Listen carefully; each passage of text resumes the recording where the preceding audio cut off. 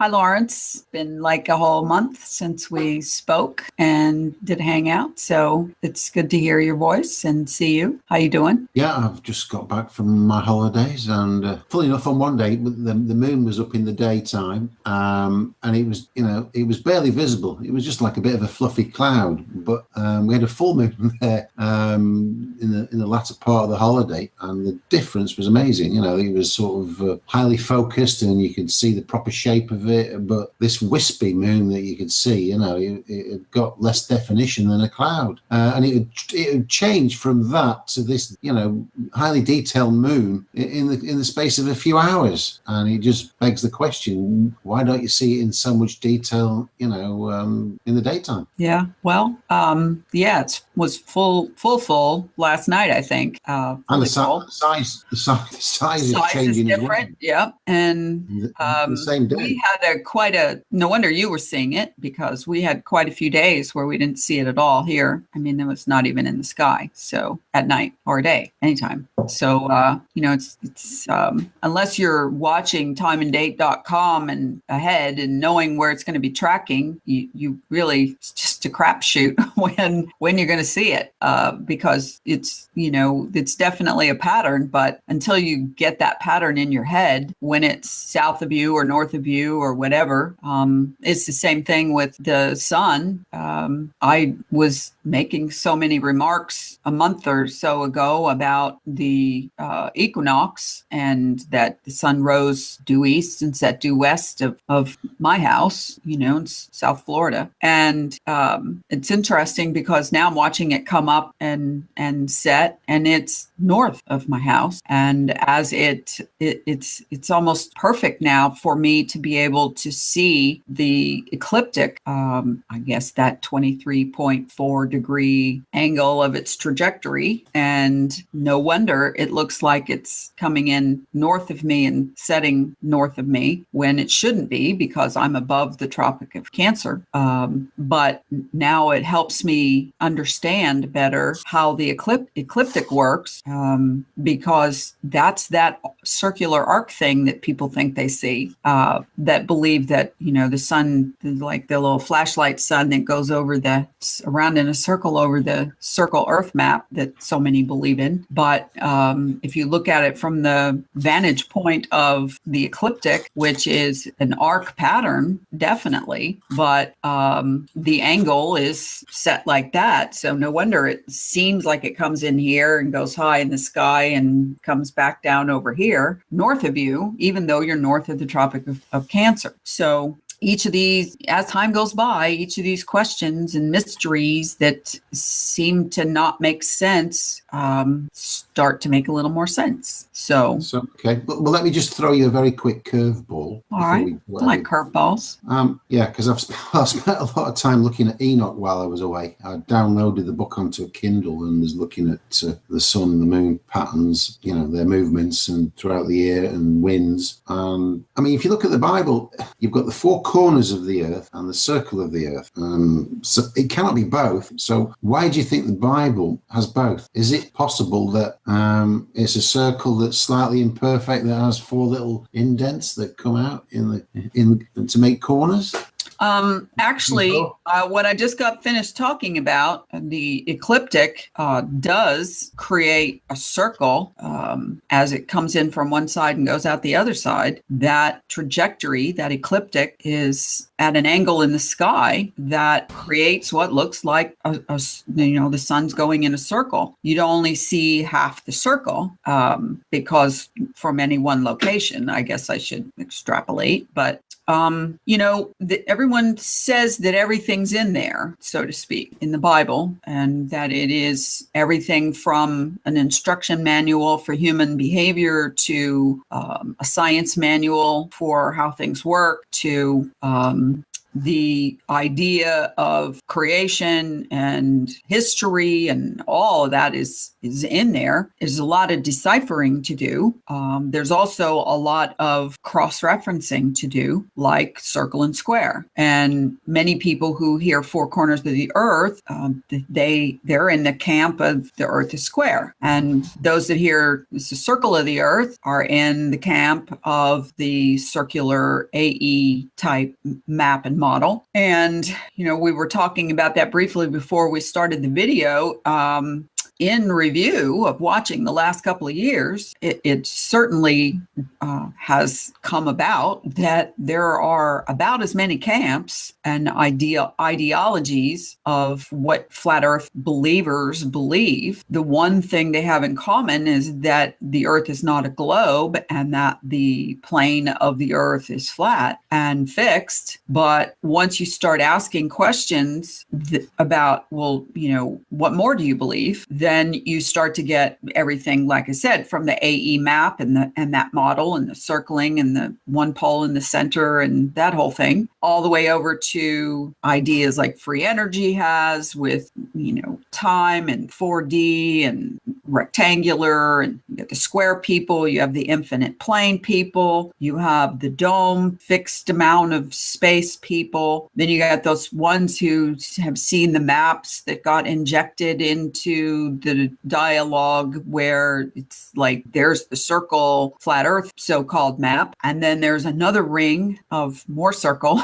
and then a bigger ring, and there's continents outside of that, and yet none of that has any relationship to any biblical scripture that I can find. You've got people who are looking at it from a biblical standpoint, arguing even, no, the Bible says this, no, the Bible says that, no, you're reading it wrong. And so just like you said, where would we be without contention, without division? So you throw Enoch in there, which is yet another series of additional information. Then you've got people say, well, Enoch is not a canonized book of the Bible, so it shouldn't be accepted as part of the ideology or the religion. But yet once you read it or start to read it and decipher what Enoch is saying, then it starts to answer some questions that are left out of the other dialogue scripture. So what are you noticing about Enoch reading it that adds to or takes away from the visualization ideal that you have in your head of what you think flat earth is already? Yeah, well, there is one part of Enoch which is very precise in what it is saying, and that's when it's talking about the movement of the sun throughout the seasons. And basically there's the 6 gates on the east and the 6 gates on the west, and they spend about 2 months in each, going through each gate, probably in different parts of the gate. The gates are probably quite wide, so it'll be on towards one side one part of the month and towards the top end of the gate at the other end of the month. But it also gives great detail as to the lengths of the days. Now in Enoch, the longest day on earth is 16 hours and the shortest day is 8 hours. But that we both know that's not possible on the earth, because some places have a longest day of 24 hours and some people have a longest day of 0 hours. It's just total darkness, and everywhere's different as to what their longest day is and their shortest day. So the only way that Enoch could be correct on that is if the sun was doing something completely different in the days of Enoch, because it simply doesn't work. If you go and search out somewhere that's got a longest day of say 16 hours, which would be somewhere like Seattle, that's nearly 16 hours within a couple of minutes, and then you look at what their shortest day is, their shortest day isn't 8 hours. It's not far, it's probably about 8.5 hours. I haven't got it in front of me at the moment, but there's nowhere that's got exactly 8 hours and exactly 16 hours as their shortest and longest days, and it doesn't fit. That template does not fit on the earth as we are now. So maybe the sun, apparently the sun was stopped at some point in the sky, and maybe things changed then, and we get this 23.4 or whatever effect that's making it different. Maybe everybody did see this. And I was coming back on the plane from the Canaries, and I was right over the engine, or not literally over the engine, but looked out my window and the engine was there. And for about an hour, I could see the sun was just about going down, and I could see this sunset over the engine for about an hour, so which was about 500 miles, because that's how fast the plane was going, and it stayed exactly over the engine. If I was going 500 miles an hour in one direction, the sun should have been going back the other way, but it didn't. It was still there. You mean lined up with a line of sight from the engine? The plane was going north, because it's a north journey. So the sun was to the west, but the sun wasn't moving. It wasn't moving away. It wasn't moving to behind us. It was staying dead level with the plane. And then you see these phenomena like this hot potato of all these so-called flat Earth narrative at the start. One of them is the sun always rises to eye level. Well, it doesn't. I spent the whole journey looking out, seeing what my eye level was, and where the sea meets the sky. I was looking down to that most of the time. It was very clear. There wasn't much cloud about. And then at other times, my eye level was not at the horizon where the sun meets the sky. It was actually up in the sky somewhere. So I think that's another falsity that's been put into the flat Earth narrative. The sun doesn't rise to eye level wherever you are. It's just not true. And people can test this out for themselves. But I've had about 20 aeroplane flights over the past 2 or 3 years, and and I've been looking at where the sun is relative to my eye level, and also the horizon, so to speak. I mean, sometimes you can't see the ground, but you can see a level of clouds and stuff above that. In fact, what was interesting to see when I came back was this, because the sun was going down, and the sun had virtually gone below the horizon, but you could still see it under the clouds, and then there was a shadow from the clouds going onto the ground beneath it. It's freaky stuff. Yeah, the freaky stuff is the sun below the clouds.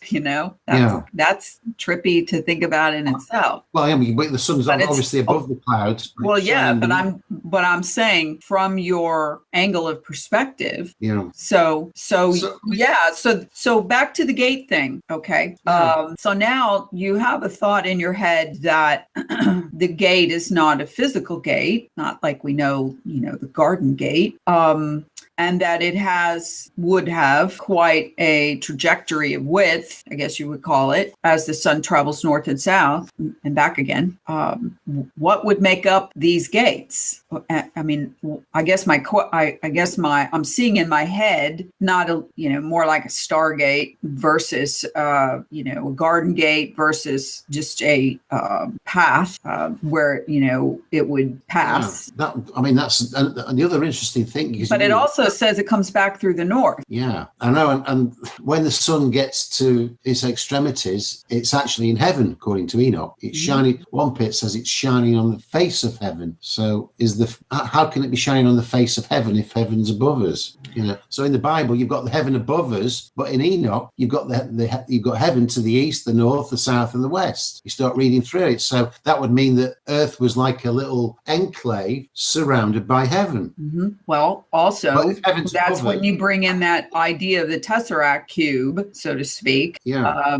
Because is our realm enclosed by these gates, by the firmament, by what's above and what's below? It would have to be, even to be a Tesseract cube. But at the same time, this is where once your mind starts to wander, then you start bringing in these other ideas of, for example, simulation theory, or time is, there's no such thing as time. Every moment is new, and everyone in everything in every moment is new again. So, it boggles the mind the more information you take in, and the more you try to cross-reference all of these sources of information, because you want to try to use these sources and find the connection, find find the bridge between what this says, what you see, what you've heard, what you need to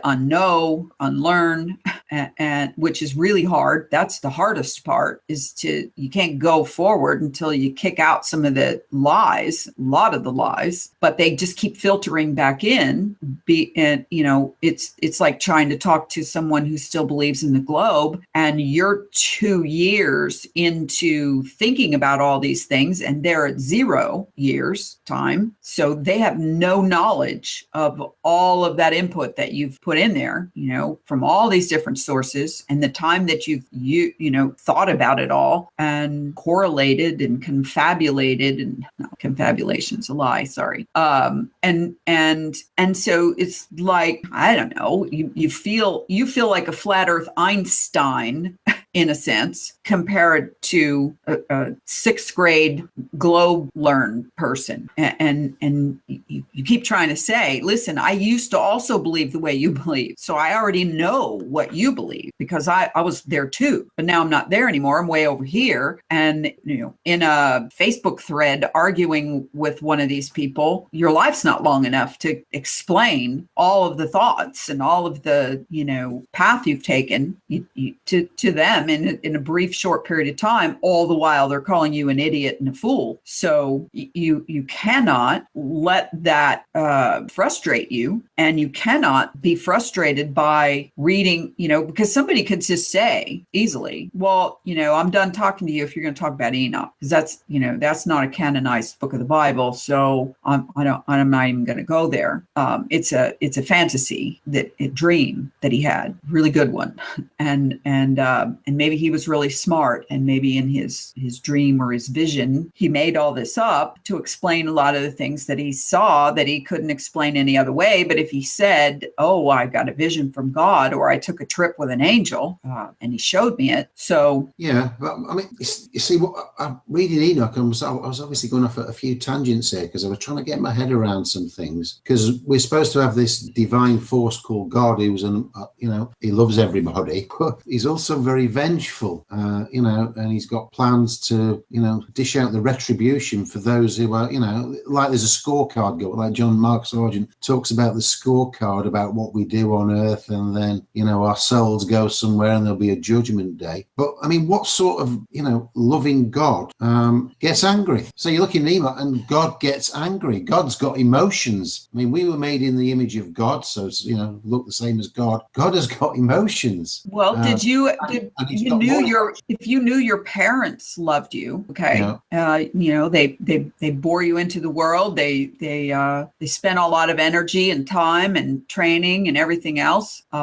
They'd spank you on the butt when you did something wrong, but then they'd give you a hug and say, I love you. Try to do better next time. I never questioned whether my parents loved me, even though, I got whacked with, a hand or a paddle or a wet dish rag a few times by my mother, but I never questioned that they love me. I mean, you can watch a female lion with a cub, or even a big male lion, and little cubs, crawling all over him, chewing on his ear, bugging the hell out of him, and all he wants to do is lay there and take a nap. And you see him, literally swat him away, or bite, not hard enough to kill him, but bite him, just show him, hey, cut it out. You're bugging me. And because I didn't kill you, I love you. I still love you. So, but then there's also going to be people, Lawrence, who are going to argue that the God of the Old Testament is acted differently, behaved differently than the God of the New Testament post Jesus. So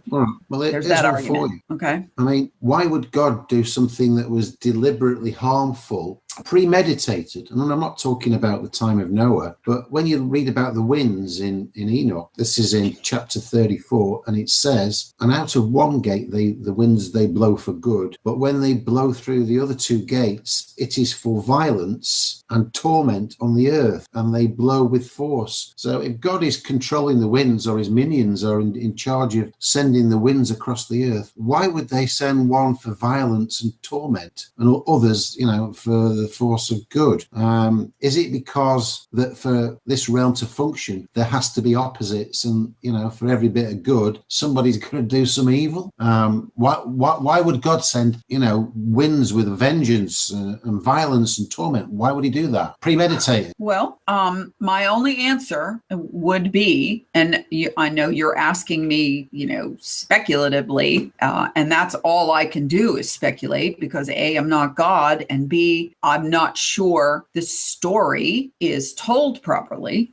You can tell the same story in a positive and negative way and explain it to whoever 2 different ways, and both make sense. So what if there were evil people who, like in Sodom and Gomorrah, as explained, supposedly the whole town, the whole city was immoral, unethical, wasn't approving of God and being good people and doing all kinds of deviant behavior. And what did he do? He wiped them out. There's stories of other cities and towns that he literally sent armies and soldiers, directed them to go and kill all those people. And then someone will say, well, those were the Canaanites, or those were the, giants. And then you understand, well, if the giants were the offspring of the Nephilim, blah, blah, then God didn't want them here. So we don't know who the people were that God was directing the vengeance towards. It's kind of like there's good wasps and there's bad wasps. I mean, there's wasps that do beneficial things for nature, and then there's wasps that just do nothing but eat up everything or sting everybody or whatever it is. And but it doesn't seem to me that killing people and stuff like that is the correct way. Is that because we have a go at our governments for sorting out their differences by having wars where people die, and God is doing exactly the same, sorting out the problems by killing people, is he not? Well, okay, so like I was just saying, what if those people were tainted people? We don't know who those people were, okay? Maybe they were people who were at some point going to do harmful things to the good people later on, and God already knew it. I don't know. I'm not making excuses. I'm just looking at it from a perspective of, if you don't know what the motivation is, and the only motivation you're told it is incorrect, then you're going to make a lot of assumptions based on false information from the start. So, I mean, if I go out in my yard and I have normal everyday ants that live in Florida, okay, and I know what ants do. I know that they're a positive thing for the ground and the cleaning up and the blah, blah, okay? But then suddenly fire ants invade my yard. Fire ants kill all the good ants, and they sting the crap out of you, and they tear up your ground and leave these big mounds, and you just got to stay away. What would be my response to that? I'm either gonna get a shovel and dig them out and pour some crap in there to kill them, and hope that they don't reinfest, and so on and so forth. Do you get what I'm saying? So there's good ants and there's bad ants. There's good and bad of everything. I guess you could ask the question, well, why did God create the bad in the first place? Well, how do we even know what the whole master plan was? Maybe this is an integral part of the plan. So, people would ask you all the time, if some tornado comes through Kansas and wipes out an entire town, causing millions of dollars in damage and people dying and so on, and then someone would say, why would God do this? What did we do to God to make him, send us this tornado? Why couldn't he stop that before that happened? Why couldn't he stop a train wreck before that happened? So you could ask yourself those kinds of questions till the cows come home and not be able to fully understand the big picture. So, this is a part and parcel of getting all this information from a bunch of different sources and trying to weed through it and know, someone would say, well, see, that's why why that book wasn't canonized, because there maybe it's speculation, or maybe it's, not written by an official, pre-approved writer of the Bible, of a book of the Bible. So it's the same thing with the false flags or hoaxes or any of that stuff. You turn on the news and they go, this is what happened and this is who did it and this is why it happened. And then 4 or 5 days later you go, no, it's a new report, new information has come in. That was not true, but now you already think that, right? So this is directly connected to the information that people are believing and accumulating in flat Earth. Look at you and I, both of us. Our eyes roll back into our head until we see the bottom of our brain every time we hear somebody talk about the ice wall that goes all the way around the Earth. Okay, there's people that, hell and be damned, no matter what you say, no matter how many proofs you show them, there's an ice wall that goes all the way around the Earth, the disk Earth, and that's that. So how are you going to convince somebody when it's bigger than cognitive dissonance? It's even more than that. It is, they have settled on the belief that they have, and any information that gets entered into the equation that doesn't fit into that's the myth, that's the false, that's the lie, not what they believe. Yeah. So we were talking, we had a little private hangout a couple of weeks ago, Laurie, and we were talking about gold and why gold is so important. And we were looking at the Earth being a quarry, and I looked up deserts in the basis that deserts were the waste material from quarrying activity from some huge inhabitants of Earth at some point in the past. And I looked it up, and 1/3 of the total land masses on Earth are actually deserts. So it would appear that was the case. They were stopped by somebody from continuing the excavations and huge mining operation to remove the gold from the Earth. And actually in Enoch, it says that the gold is actually made within the Earth. So it would give the impression that there isn't a finite supply of the gold. Gold's being made within the Earth all the time, in the same way that oil is probably being replenished in the Earth by some force all the time, and you get these oil wells that are empty, and then the next thing you know, they're filled up with oil again from some unknown source. And we were talking about the money people of the Earth, the families possess more wealth than they could spend in 1,000 generations, and yet they still want more money. And the question is, what do they want the money for? Because money in itself is of no use to anybody as a piece of paper. So we were suggesting that maybe they want to buy up all the gold that is produced in the Earth. And that's why all these little towns you go into, certainly in the UK, we have these little shops that with signs outside, we will buy your gold. But they don't sell gold. They just want to buy it in. And I'd be interested to know where all this gold ultimately ends up. Is it being shipped off the Earth, out of this realm, somewhere else? And who wants it? And why do they want it? And what do they do with it? Yeah, that was actually an interesting conversation that we had, Lawrence, and we didn't get to finish it. And it was one of those brainstorming type things where, I speculated something and then you went, oh yeah. And then you speculated something and it just kept, kind of just snowballing into more and more ideas. And that sort of came from some people have been continuing the idea of, I guess that the guy didn't start it, but he did have an impactful video, the No Forests on Flat Earth, about probably pretty close to a year ago. And Philip Druzhinin from Russia also has kind of kept on that path of the mining all over Earth. And there's been people doing videos of undersea going on Google Earth and looking at the edges of continents. And they'll look at this. This looks like this kind of scrape mining, and this looks like this kind of rotary mining.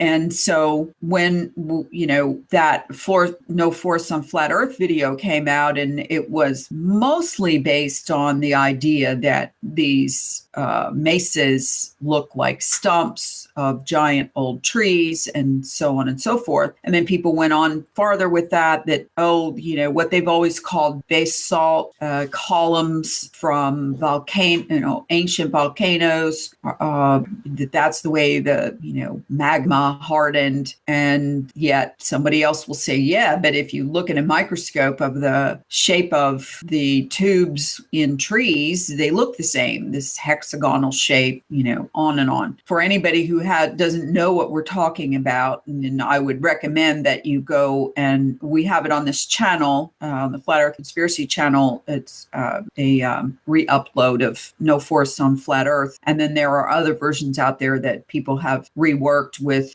an English speaking, even though he spoke English, it was with a Russian accent, so on. So No Force on Flat Earth is what we're talking about. But also we kind of extrapolated onto,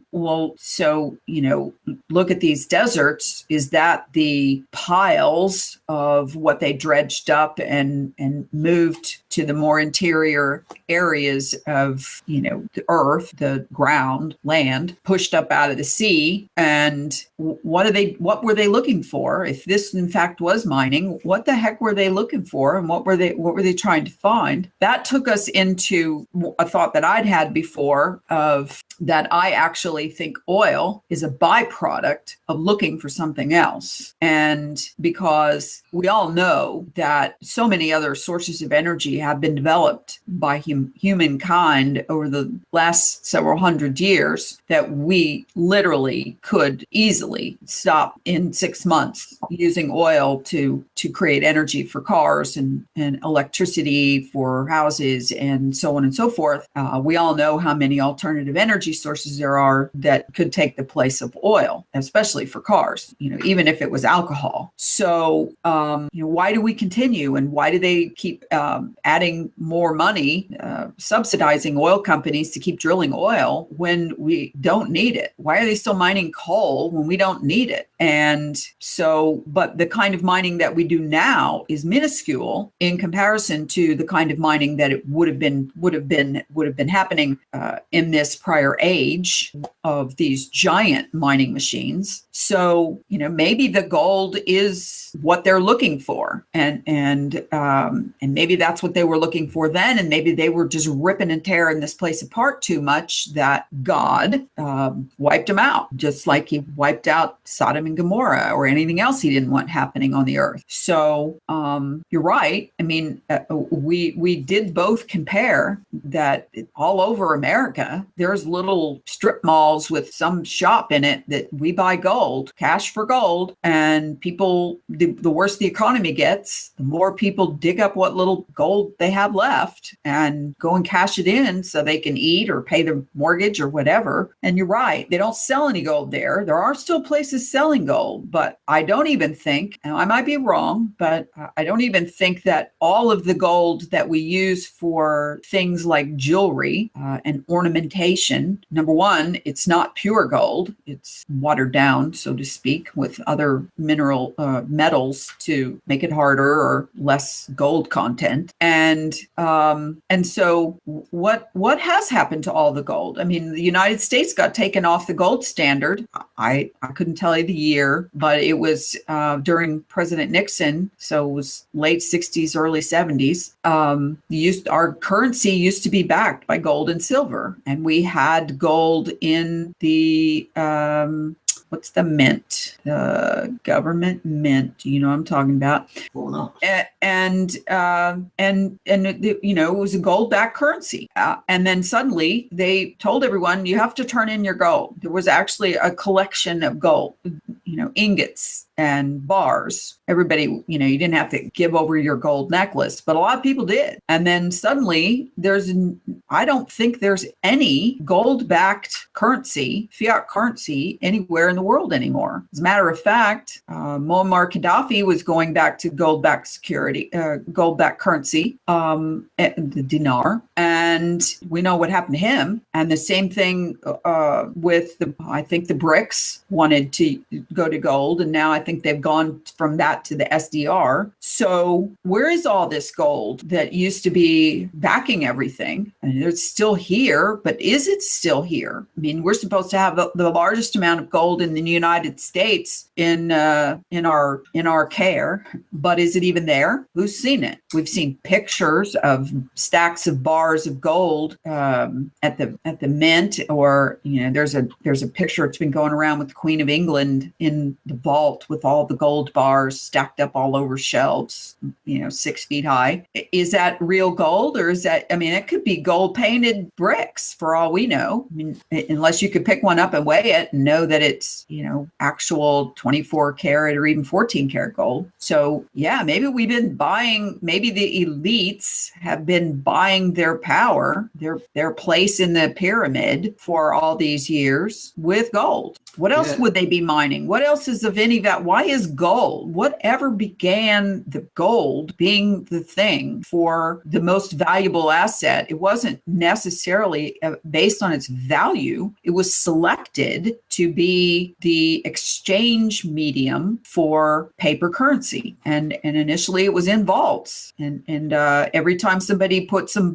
gold in the vault, they were given a receipt for that gold to go out and use as currency, so they didn't have to carry their gold coins around or keep them at home. So maybe taxation is another word for, a means of funding the purchase of all the gold there is. I mean, they could have us, as slaves and realize that we are slaves, but maybe indirectly we're working on earth to raise taxes, which the elite collect to buy up all the gold there is, and they send that to their masters. That would seem to make sense, especially when you mentioned that, I think it was the 1930s, wasn't it, when everybody had to surrender their gold in exchange for dollars. You couldn't actually hold gold anymore. I mean, why would they want to collect all the gold anyway? What was so important about it? Well, especially if they're going to turn around and pass legal tender laws that is nothing but a law that dictates that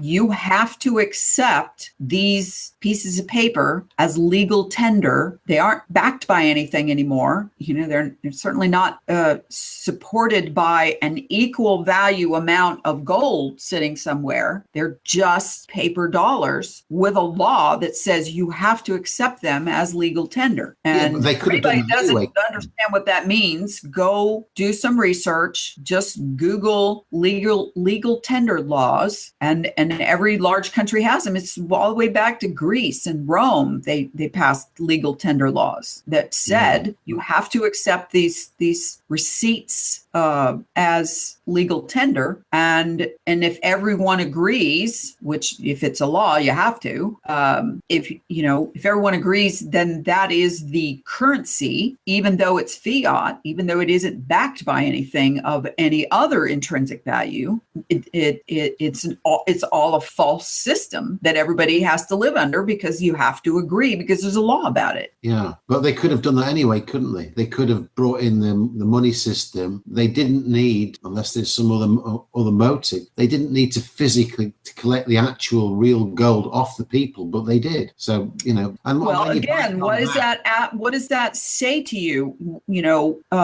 Hoarding gold, if it is not the asset that is backing the currency, then what other good is it?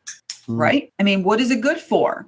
Filling your teeth? I mean, how much gold do you need all across the world for filling everybody's teeth? Not that much. I mean, that's really an upcharge to get a gold filling versus an amalgam or whatever else. And so there is some other force in play here that is creating this false value for gold or for silver. And if somebody would be arguing, well, gold is this perfect thing for, the conduction of electricity, or they use it all the time in computers and phones and so on. That amount is minuscule in comparison to the overall amount of gold on Earth. And there's gold mines still, veins of gold. That's another thing. That word, veins of gold. What, why did they associate that word with a collection spot of gold. Why'd they use the word vein? Because it looks like a vein. Only when you dig it up,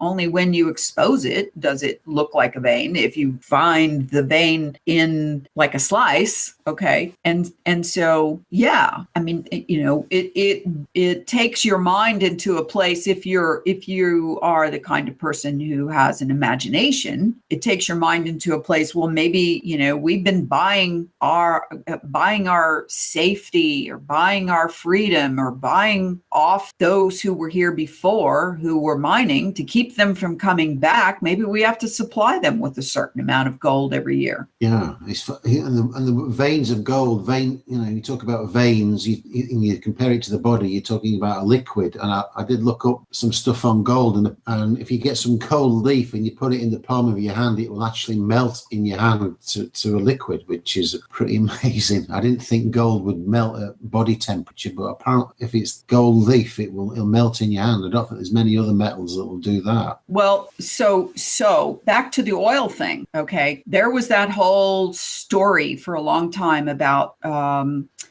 oil being limited, and they still use the term fossil fuels, like this all came from the bones of all the billions of dead dinosaurs that used to be here, and that's why it's limited, because they're not making dinosaurs anymore. And then there was that whole peak oil. It's all you heard about, maybe like the 80s and the 90s. Peak oil.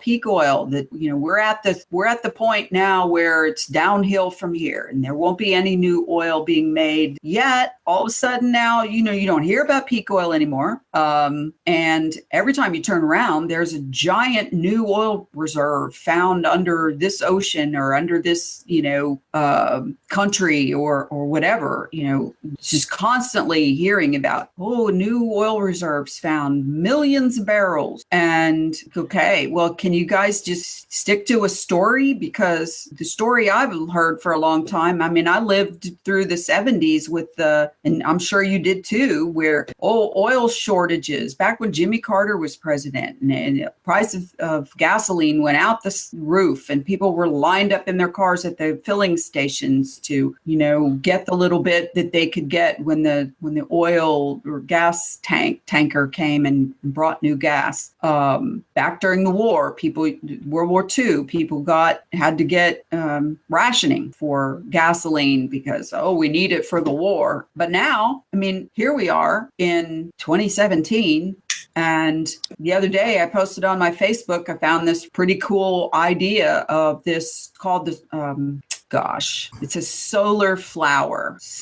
That's not the exact name of it, but you can look it up, solar flower, and you'll see what I'm talking about. That has been invented, that, you put it in your backyard, costs about $10,000. It's a standalone little tower with, looks like a big sunflower of solar panels, and it opens up like a fan, like a flower. And as the sun goes around across the sky, it follows it just like a sunflower head does, and collects solar all day long. Newer version than flat solar panels on your roof that, only are going to face that one angle, that one direction, and collect only so much amount of direct solar power. This thing has backup batteries that preserve, collect, store the extra energy that's created from this big flower. And then at the end of the day, the thing folds up and lays down and goes in its little capsule and comes back out again tomorrow.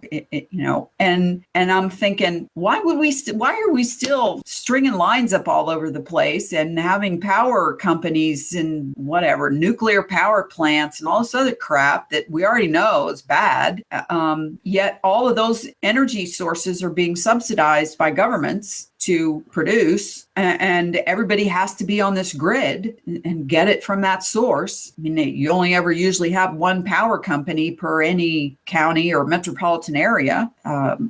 Instead, everybody naturally, your house, any new house built comes with one of these solar flower things, and it provides enough power to take care of any house, normal size house. Why aren't we doing that? Why aren't we subsidizing that if we're going to be subsidizing stuff? But no, we got to keep drilling oil wells, and we got to keep subsidizing big oil companies, and we got to keep cars on oil, when it's already been proven time and time again that it's a terrible carbon footprint problem. So I think oil is the byproduct, just like they put fluoride in the water. I think fluoride is a byproduct of what is it, phosphorus mining? And yet they go and put it in the water and made up some bullshit about how it helps fight cavities. Yet all it does is make you brain dead. So whatever story they come up with for why we're doing what we're doing, you got to go back to the reason.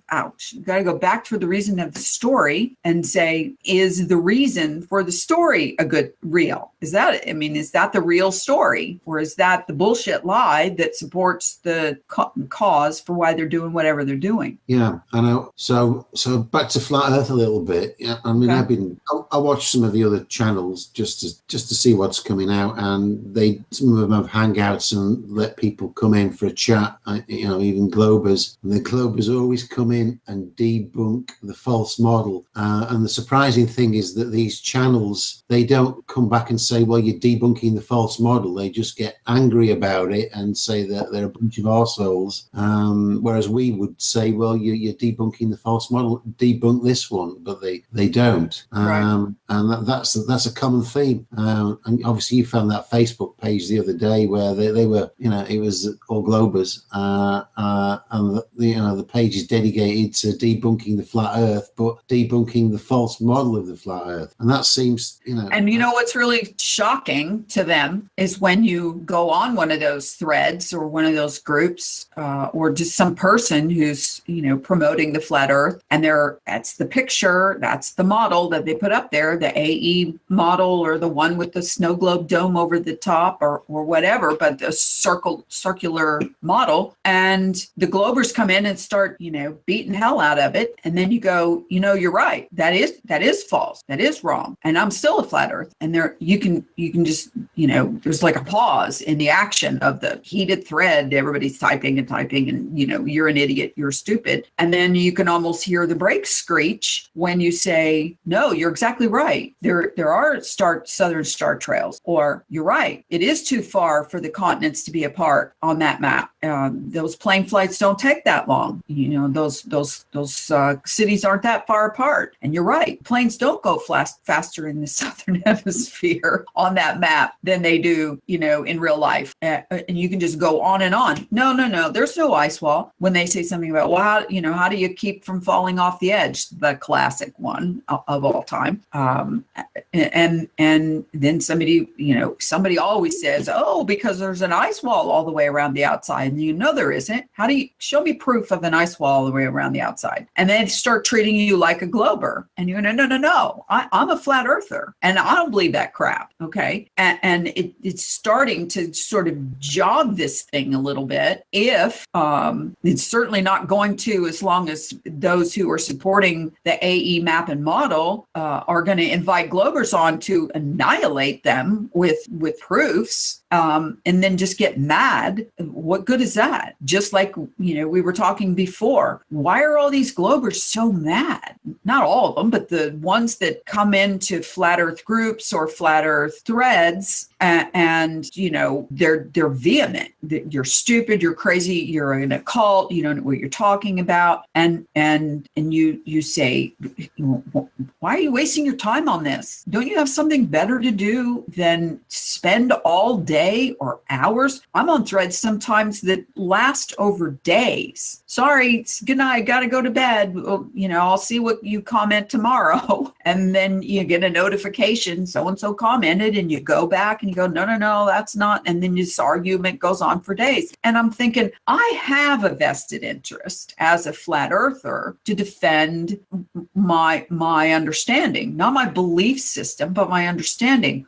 Why do you have the same defense for the globe when everybody else believes in the globe already? Have you, why does this make you angry that someone chooses to believe that the earth is flat based on research? So because now, in review of the past couple of years, when I first got involved in looking into flat earth, everybody believed this model, this circle model, blah, blah, blah, Robotham, blah, blah, blah, Gleason, blah, blah, blah, all of it. Okay. And here's how the sun goes around and the moon goes around. And this is why only this much of the earth is lit, while the rest of it is night. And as this thing moves in or out, not north and south, but in or out of these circles, that is the seasons. And it all sounds good until you start to break it down. And just like I've said before, when you have a hypothesis,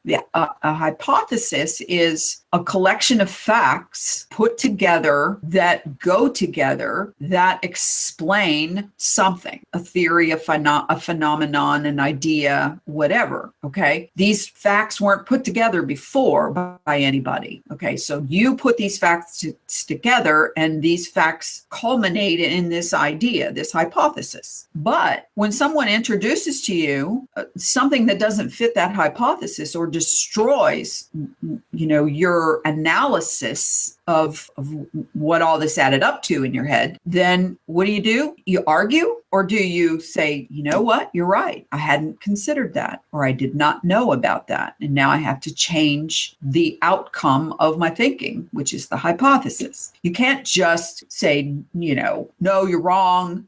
You're not thinking the way I'm thinking, whatever. It's this thing threw a monkey wrench in your hypothesis. So you have no alternative, unless you're just obstinate, you have to change the outcome of your collection of data. Yeah, that's the long and the short of it, that the false model was set up so that the Globers could come and debunk it and make a nonsense of it. And it's very sad that these other so-called flat earth channels, apart from us and maybe one or two others, they're just not addressing the problem. And that, I think what we've got now in flat earth is a stagnant pool of channels, they're just stirring up the same water, the same mucky pool, but no progress is being made. No, only progress is being made is in their minds. In their minds, what they're doing is they're doing the same thing the globe believers, instigators did. They're creating reverse engineered ad hoc theories to support why this doesn't seem to work. Like, for example,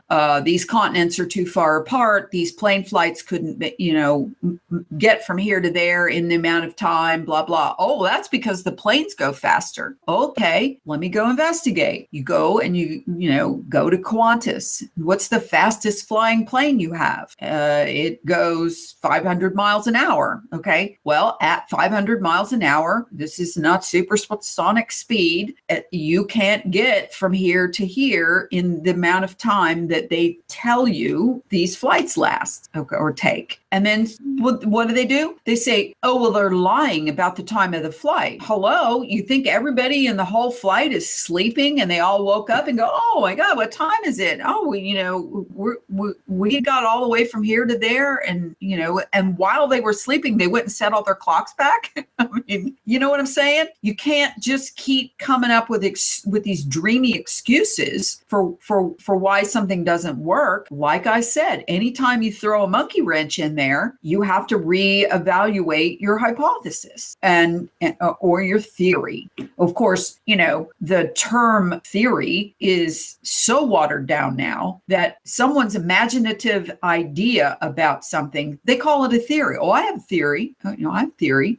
it's not a theory. That's not how you even arrive at a theory. That's your imagination. Okay. That's not a theory. You could prove the theory if you imagine something, then you have to go out and collect the data and prove your imaginative idea is in fact true. Okay. And so then it goes from being a theory to a fact. But you can't just keep adding on layers of mythology onto what already was mythological and become really good at talking your little story like Eric Dubé has done. I mean, every time I hear him talk in all those old videos, I don't know if he still talks about it because I don't listen to him anymore, but in all of his early videos, 200 proofs that the earth is flat, blah, blah, blah, blah, blah, blah, and then water doesn't fall off because there's an ice wall surrounding the outside. And that's when my record scratches, what are you, ice wall? You're still, you talked about it then. You have never backed off of that. And you yet to this day have zero proof that there is a mile high ice wall all the way around the flat earth circle. Yeah, I know. And they're still talking about, if you go to Antarctica, you're going to get intercepted by the... Oh, sure. The army's going to blow you right out of the water. We've already gone through every one of these things. You and I, over the last 2 years, this is, going back to the review idea again, we systematically approached every one of these ideas that is called the flat earth dogma. Okay. The thing that people repeat without ever having checked into it themselves. They just heard it from some guru style flat earther and it sounded really smooth. And if you listen to the video enough times, you can repeat exactly what they said, just like you're, learning the lines of a movie and be able to, roll it out there until someone who hears it for the first time, it rattles their brain, their eyes roll back in their head and they go, what are you talking about? And of course, they're not going to investigate flat earth further because the thing they heard that was so bizarre and sounded like science fiction stopped them. And so, all of these issues that we took on, why did we do it? Did we do it because we were just being obstinate? No, we challenged it to either prove it's true or to debunk it and say, we got to stop talking. We got to stop repeating that crap. Okay. And because it's mythological crap, just like Santa Claus, just like, the Easter Bunny, Sandman, it's all mythological crap. I know for a fact when I was a child, I would lay in bed at night trying to stay awake to see when the Sandman came because my dad was a storyteller and he would tell you about the Sandman and you're getting very tired and he would take his fingers and he would sprinkle them over your face like this and you're laying in your little bed and pretty soon your eyes would get really scratchy and because you're tired and that your eyes dry out when you're tired and of course it gets scratchy, but it's also the imagination in your head going, oh God, yeah, my eyes are getting scratchy because the Sandman just dribbled sand in my eyes. And pretty soon you'd be asleep and you go, damn it, another night went by and I didn't get to actually see the Sandman. I'm going to stay awake some night, all night long. I'm going to see that bastard because, it's got to be or it's not real. Yeah, so then you've got people say, well, what is your best proof that the earth is flat? For me, it's obviously that, it would be obvious if we lived on a sphere, and they still come up with the old chestnut saying, yeah, but the earth is so big that you couldn't tell. Well, yes, you couldn't tell the curvature, but the elevation rise and falls would still be there if if we were on a sphere. Most of the earth would be uninhabitable because we could not stand up. Right. We'd have to have places carved into the surface of the earth and buildings carved into the face of the earth to actually live there. But you know what, Lawrence, it's really interesting because when did you first say that about the elevation, that if you truly lived on a globe, if you truly lived on this globe, these people who live right here at the equator would be be unable to stand up straight because this is falling off as they come down, right? Okay. Yeah, that was and a year. it's about a year ago. We covered it, in the late, in the first few months of the show, we touched upon it. Right. And everybody was like, "Oh my God, Lawrence has gone too far now. This is just crazy talk. It wouldn't be like that because on a ball, everywhere is up. Everywhere is up. No matter how the ball is in space, everybody's standing up. No, they always show you why. You can't say that this is the North Pole, okay, if it's not always north. So this is the top. And I don't care about the spinning and all that stuff, but the Earth is supposed to be spinning itself and then also spinning around the sun, okay, rotating and going around the sun, okay. So you get these two actions, but regardless, you can't have, the seasons happen because as this face is this side of the sun, and then 6 months later it's over here on this side of the sun, okay. And that's what makes the season. That ball didn't spin around like this, it only spun around like this, okay. That's why they got that axis thing going on, and the North Pole going on, and the South Pole going on, all right. And so don't tell me that it is about everywhere is up in space. Okay, so you're into this gravity then, because you got to have that for everybody to be on here. You got to have that, and you take away the gravity, everywhere is not up. Okay, everybody's head isn't pointing out from this surface. All these buildings aren't pointing out, and so, because they would fall off, and so with the water and everything else. So now you're believing in gravity, but you don't believe in elevation change. These guys down here. So as time's gone by over the last year, we have gone less and less from being made fun of to once it clicks in somebody's head. Oh, I get that now. Okay. Now all of a sudden we got a convert to, if this was the globe you lived on, these guys right here would be having to carve little edges in here so they could stand upright, or else have cleats on their feet or hang by ropes or something, and nobody's down here. Plus, what happens to all the water? All the water falls off the bottom. There's too many problems with it once you start to get your mind around that you not only have a ball, but you have an elevation drop as you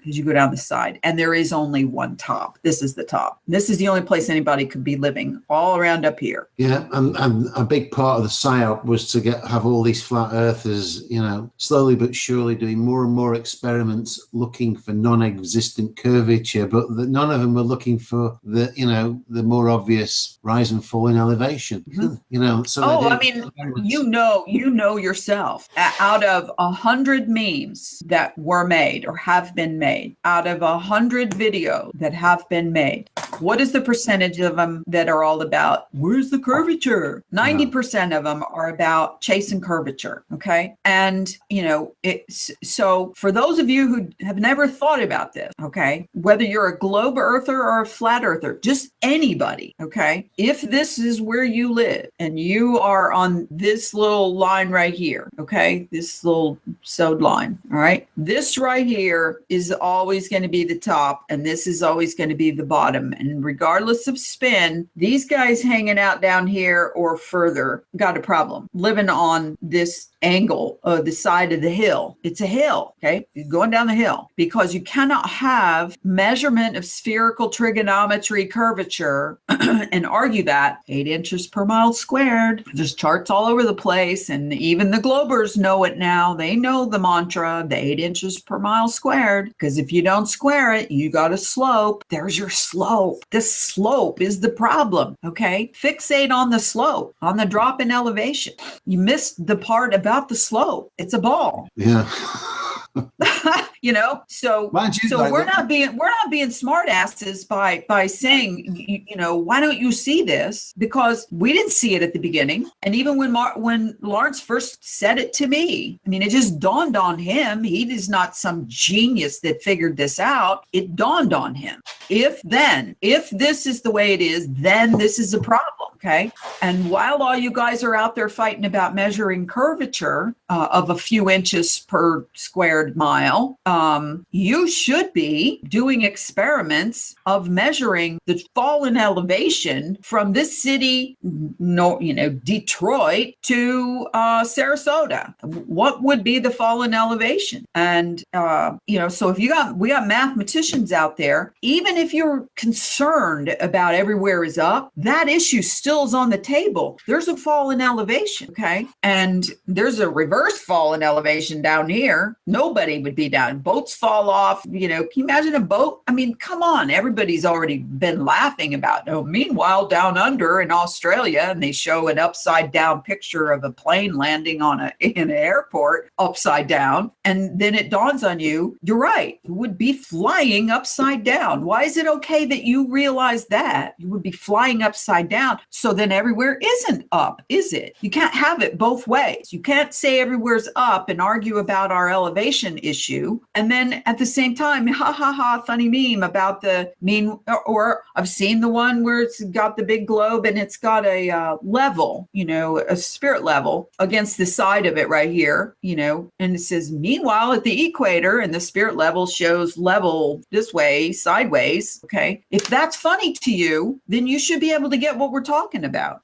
Yeah. So back to the camps and back to the division and back to all the, multi beliefs. I'm okay with that as long as everybody is in the act of researching their understanding. Okay. I will entertain anybody's map or model as long as you're actively pursuing the backup research and the proof to show that this is how flat Earth is. But when you just get some imaginary map like that one that popped up out of nowhere in the Hawaii museum or library or something with all of these outer continents on it on top of the outer ring of the flat Earth circle, do you know what is there any citation on this thing? Is there any background history on who made it, where it came from? Oh no, it's 10,000 years old and came from China. Okay,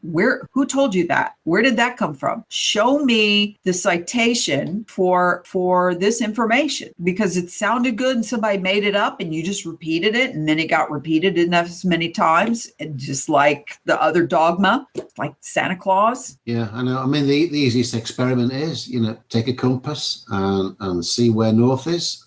It should be uphill if you're on a globe. See where south is, it should be downhill. If you're traveling a long distance south, then you don't need to put any gas in your car, because all you do is take your handbrake off and it's downhill all the way. That's how it would really be. But we know now, if you're on a globe, you believe, how does north work on the compass? Okay. Is it pointing anti-south? Is north actually in the center of the earth? And so the compass is pointing to the center boiling core? How does that work? Because it always points north, and that keeps you going up the globe, right? Up the globe to the top. That's north. So how can everywhere be up if that's north? That's a definitive point. Same thing with Polaris. Okay. Polaris is called the North Star. Why? Because it's the star that is the most fixed point star above where? The North Pole. The north is up. And the endless arguments about star trails, that's just another red herring to divert. There's no even to even cover that, because the actual elevations is all you need. And even if you do want to cover star trails, there are actual real collected photos and videos of star trails. Do you know how you take them? People go, oh, that's all Photoshop manipulated. Then why do they look exactly like the ones in the north? Because, they're manipulating it in Photoshop. You just said the same thing a different way. Okay. Here's how star trails are taken. They're a series of time-lapse photographs over 24-hour period. In order to make a full circle, it would have to be over 24 hours, not just 12, right? There are 24 hours of darkness in the southern pole during the winter there, right? Which is the summer in the north, the opposite. And then you take all those stills and you do just like you do with the, the flip book, where you put a little picture and you progress the picture in the corner of the flip book. Okay. And then you flip the flip book and the little character dances or does something or whatever and moves because you progressed each one of those pictures. That's how star trails are made. Yes, they're done on a computer for speed and there's programs to do it, but they're not making up the photographs that are the basis of the of what the data you put into the application to create the star trail video or the star trail fixed picture. So for, it's another one of it's all Photoshop. Just like now, everything's fake. No, it's fake news. I don't like the way that sounds. So that's fake news. No, this is a real one. This is true. And so sorry, you can't use fake news for everything now, because then everything is fake. And there's people that believe every damn thing is fake until you go outside and see it with your own eyes.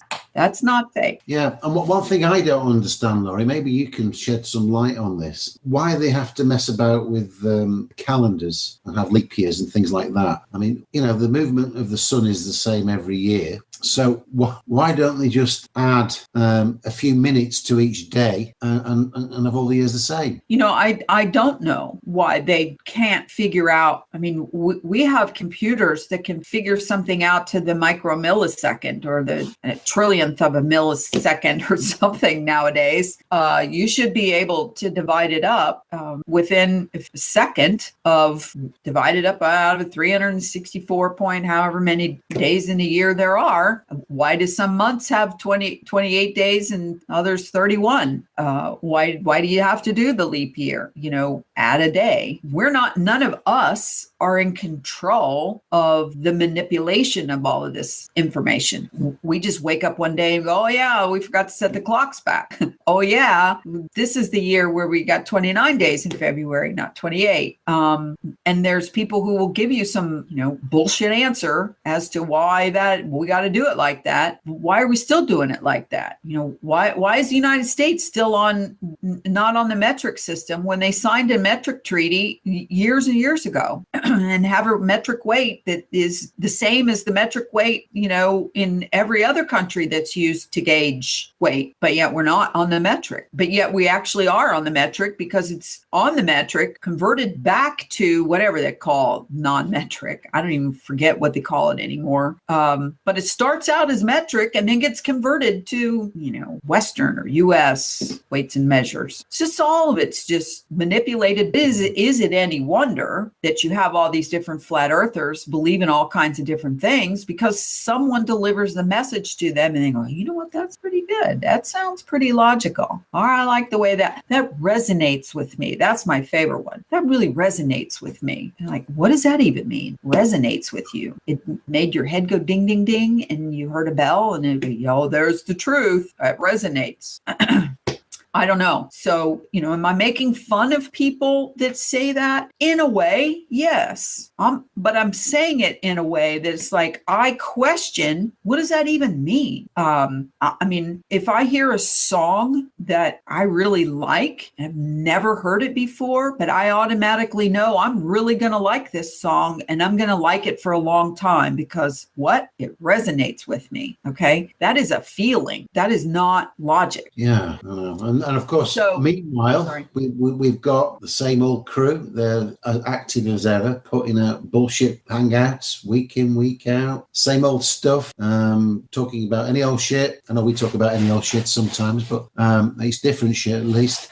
Yeah. They're still doing it. They've got their conference coming up in November with everybody who's attending, pushing a false model. And there's no opposition. And I haven't heard a whole lot more about that lately. Have you, Lawrence? I mean, shouldn't they be really hyping? Shouldn't they be really hyping that right about now to get that thing sold out, or is it already sold out? And that's why they're not talking about it. Because I mean, I don't know about you, but every big event that I've ever cared about, whether it's a concert or an election or a birthday, something that's coming up on a date, every once in a while, you got to like inject it with a little hype again. And I haven't really been hearing too much about that, but I don't watch a lot of those. I don't watch any of those guys' videos until I hear the sound of them saying, we've changed our minds. We've come to understand that this model is this thing that we've been believing in and that we've been pushing on everybody else is wrong. And I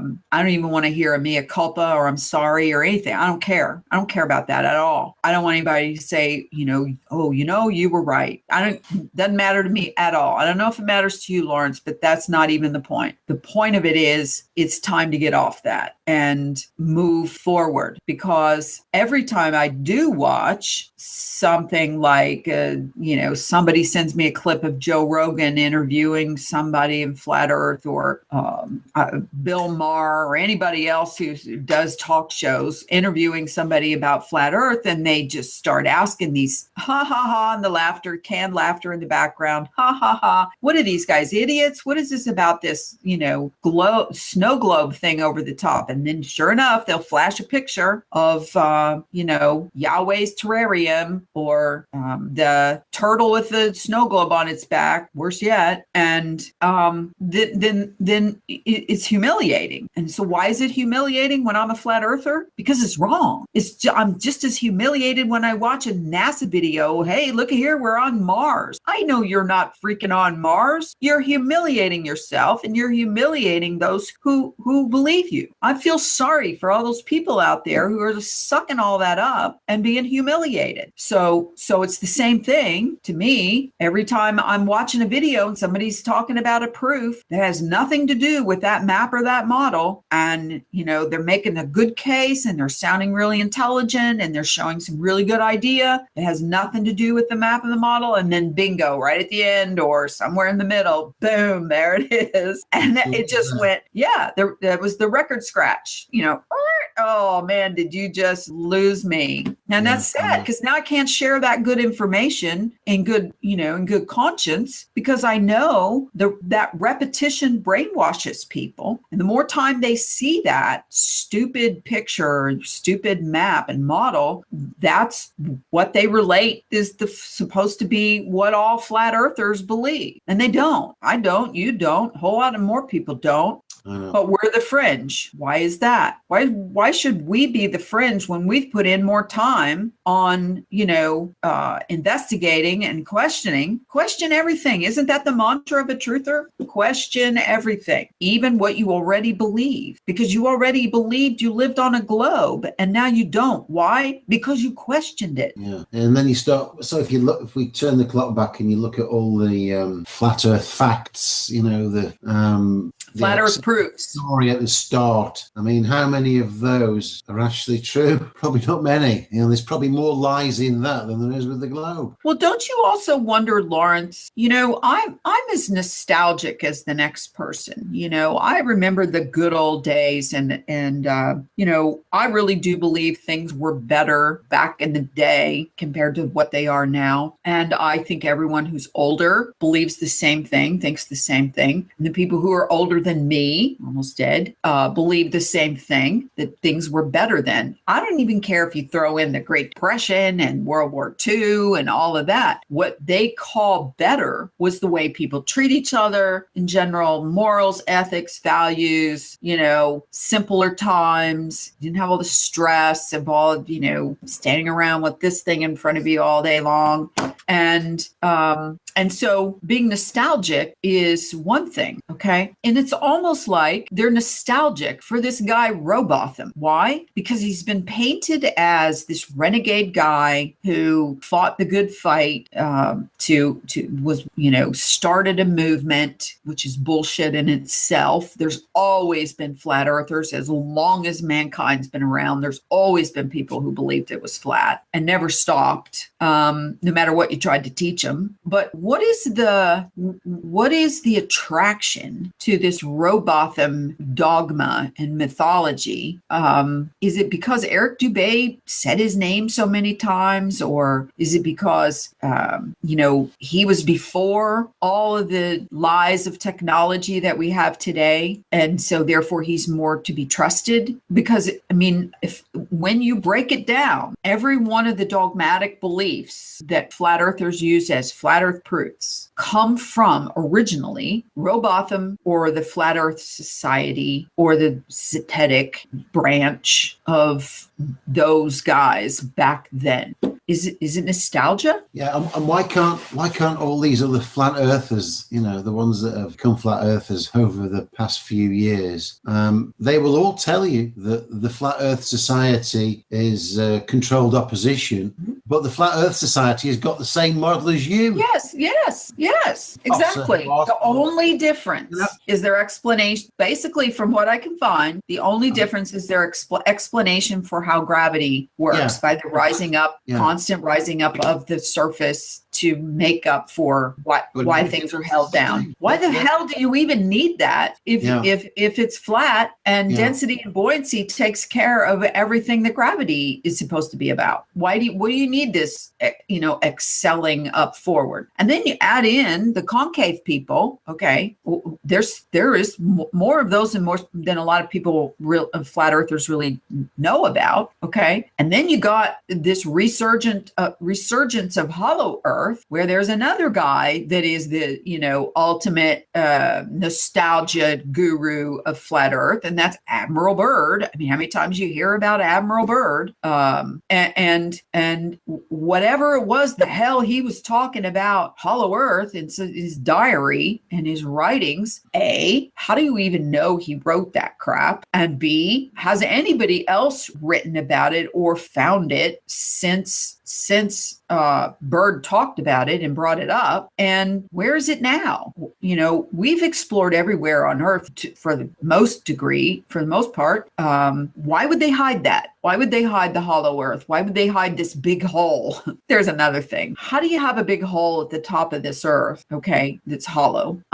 Let's go back to the elevation thing. How do those people, what do they got hollowed out inside here, and they got little caverns off to the side of the hollow where they live, or what keeps them from falling out the other end at the bottom? There's a whole bunch of questions that go with that because somebody made a photograph that looks old and grainy and is this perfect circle that looks like a what do you call those things? Whirlpool going down. Okay. How does that exist on this planet globe that's supposed to have a hollow core? A solid core in the middle of it, if molten still millions of years later, boiling molten metal, magnetized boiling molten metal. And we all know that magnets don't work anymore when they get to be beyond a certain temperature. Everything is so backwards. And so when someone makes fun of a flat earther, it's like, oh, wait, really? And have you never even questioned that molten core thing, that gravity and magnets but that's where magma comes from. That's where volcanoes come from, as it erupts up out of there. Well, what replenishes it? Does something sink in to take its place? Because, there's only so much earth and we're not making new. The globe's still the same size it was all the time since they created it. Yeah. I don't know. But, it's more that they don't like the Pac-Man idea, but they believe it's infinite. There's another one. No, that Pac-Man thing, we can't go there. That's really bogus and stupid. Well, we're not even you really don't think we're talking about Pac-Man, really. We're talking about time. Okay. But okay, let's just go with the Pac-Man idea for now. You don't believe Pac-Man, but you believe there's more land out there and it's infinite. Where is it? And how does that work? How does infinite work? Okay. Infinite would be Pac-Man. They're kind of the same thing, really. Yeah. I'm amazed that the concave earthers have got anybody who buys into that, because if it was a concave earth, which is basically living on the inside of a sphere, clear. All the water, there'd be just one ocean in the middle, right in the bottom where all the water collected. And again, you're still going to have huge rises and falls in elevation. Innovation, right. Which are there. But they say to Lord Stephen Christ, show me the curvature again. Where it should be show me the rise. Show me the elevation. Right. But they don't. Well, again, Lord Stephen Christ is a guru. He's somebody people follow. Might as well be, what was the guy, Jones down in Guyana, or the guy from Waco, or any of these other gurus. They talk a good talk. They're very flamboyant. They're very, intense people. And, he's out there all the time arguing with everybody about what they believe, yet he's got zero proofs of his beliefs when you break it down to the same questions about living on the inside of a curve versus living on the outside of the curve. And I mean, I've seen the videos, like walking up concave. Come on, really? But there's people who believe that. Because why? Because they never questioned the big picture of this belief system, because they were captivated. Something resonated with them when they saw it, when they listened to Stephen, the guru, and a guy who paints himself as an outsider, a guy who paints himself as a renegade, so on and so on. And so he attracts people who, are attracted to that. And so, there's been quite a few times over the last 2 years where we've taken breaks and I've said, you know what, I'm done. I don't even think I can do this anymore. I mean, I can't argue with people anymore. But then to carry on, because it's not about that. It's about the research. It's about, moving forward and keeping investigating for whose purpose, for whose reason, my own, not to prove anything to anybody else. But by God, once you put something out there and their only method of tearing it apart is you're stupid, you're crazy, you don't know what you're talking about. Okay, that's cool, but prove me wrong. That's on you. That's not on me. I came up with it, or Lawrence came up with it, or somebody else came up with it. Prove them wrong, realistically. And if you can't, then just shut the hell up or listen, one or the other. And either sooner or later you prove us wrong. You find something definitive that tears a hole in what we've said, but that's not even really what it's about. It's about the investigation process. It's about asking the question. And, I get a kick out of the way you think. You get a kick out of the way I think. And the combination of the way we think is different, yet it manages somehow to go together. We've never met each other in our lives yet. I don't know what Lawrence had for dinner tonight. I don't know. I haven't seen Finn lately. How's Finn doing? Down there, he's snoozing. See? So, we're not connected to where we know everything about each other. And there's actually people out there who ask me, blah, blah, blah, your husband. I'm going, I don't have a husband. Well, that guy you're on the videos with. What? That's not my husband. He lives in UK. Even if we're not married, we're friends, scientific minded cohorts who are working together to investigate things. We just so happen to be able to communicate with each other well enough that we don't have to waste a lot of time explaining. You say something to me, it makes sense, and we go with it. Just so like that whole thing about the gold. Yeah, Laurie, go. Every time I go to the seaside in different places and you see the waves are always coming at you, parallel to you. You stand on the beach, you look out to the ocean, and the waves come in more or less parallel. You never see the waves going across, from left to right. So I'm wondering why that is. What's your opinion on that? Well, I would say that would have to be the shape of the seafloor angling up to the land, that the water is following, going toward the land. And so that's why it's lapping at. I have seen it blowing kind of sideways, make the waves go a little bit sideways. But that would be my automatic explanation is. And where do you think the tide goes when it goes out? because where I am now, the tide can go out over a mile, Well, that's a good question. And I've pondered that many times myself. Does it bulge up in the center and that sucks it out from the edge of the bathtub, so to speak? Or is there some place where it goes down into and pulls it away from the beach, from the shorelines? It could be either.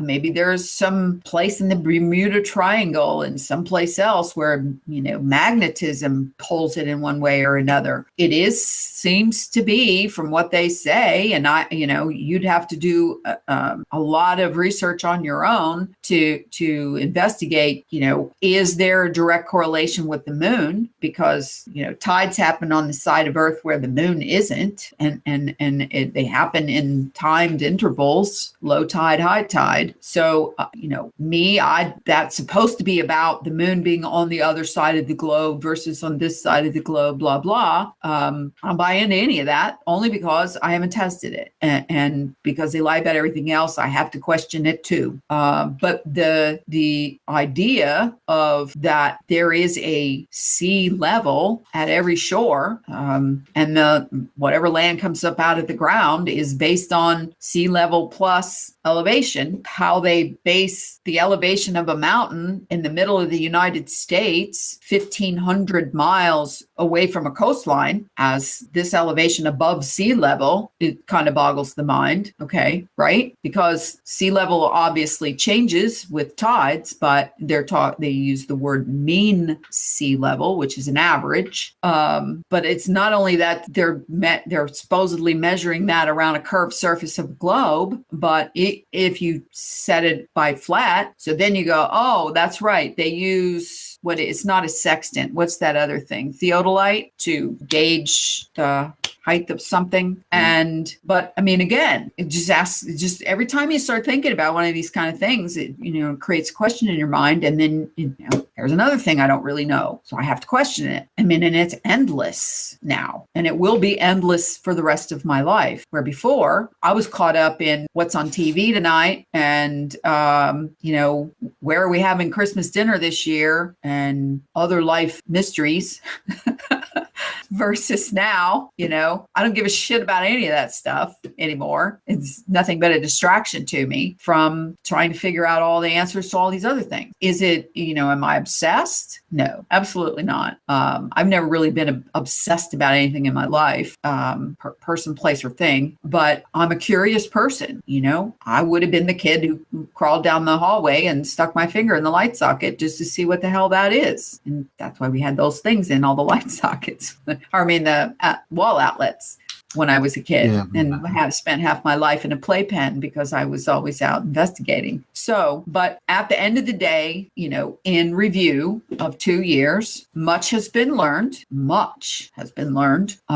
by some of the people, but most of the people are stuck, I think. And, you don't make friends by saying things like this, but most of the people are stuck with what they heard and what they learned when they walked in the door, when they were handed their flat earth brochure, when you came to the first flat earth party, okay, however you got there, whether you found a video on YouTube or whether you ran across a blog or some friend's post on Facebook, whatever it was, when you first heard the words flat earth, I don't care how long ago, what you first heard that indoctrinated you, just like when you were a little kid and you went to first grade and they started showing you planets, moving around in the sky and, globe on the teacher's desk and so on and so forth. That is indoctrination, period. That is giving you an idealism, an idea of how it is. And if you don't question it, then you just took that in, went in the memory bank, and then you start just adding on layers of shit after that, right? And that's what's happened with Flat Earth. The same kind of training, the same kind of education or indoctrination has happened. And when someone says, no, no, that isn't correct, they immediately get defensive and think of you as an attacker or some glober in disguise or a shill or whatever other word they want to call it, when they can't even defend what they believe with any kind of proof, because somebody else said it's a proof. Eric Dubay put down these 200 proofs. I've memorized them all. They're good. They're they sound good. Okay, well, have you seen the ice wall? I mean, have you traveled? How many miles is it? It would be, Lawrence, 70,000 miles around it. 78,000 miles. 78,000 miles. Have you taken a boat and gone 78,000? No, but Captain Cook did. Really? Have you ever looked at the treks, the historical journeys and explorations of Captain Cook? Have you ever looked it up online? No, but they lie. They make that up. Well, does it matter in all these miles that he traveled that he went all the way up the coast of here to the north and came back down the coast over here, and you're adding those miles as the miles that he traveled only around Antarctica? Really? 3 times? 3 expeditions? None of which he went around the ice wall? Totally around the ice wall? Because there is no ice wall. So yeah, and Captain Cook's own journal documents the 24 hours of daylight, as do all the... Well, we don't want to hear about that part, because that doesn't fit. No, we can't talk about this. Add that in. That's where the Mandela effect came in, and they changed everything. Okay, hold on a second here, because I got one for you. Let's see here. Midnight, February 17th, page 33, 4th paragraph. Page 33. Okay. By the way, for you at home, this is Alfred. Is this in reverse to you or just to me? Okay. This is Alfred Lansing, Endurance. Alfred Lansing's the author. It's called Endurance, Shackleton's Incredible Voyage. Okay. And this book was written, this fabulous account of Sir Ernest Shackleton's epic adventure recreates one of the most astonishing feats of exploration and human courage ever recorded. In August of 1914, the Endurance set sail for the South Atlantic. The object of the expedition to cross the Antarctic overland. In October 1915, still half a continent away from their intended base, the ship was trapped, then crushed in the ice. For 5 months, Shackleton and his men, drifting on ice packs, were castaways in one of the most savage regions of the world. Alfred Lansing's vivid narrative describes how the men survived after a 1,000-mile voyage in an open boat across the stormiest ocean on the globe,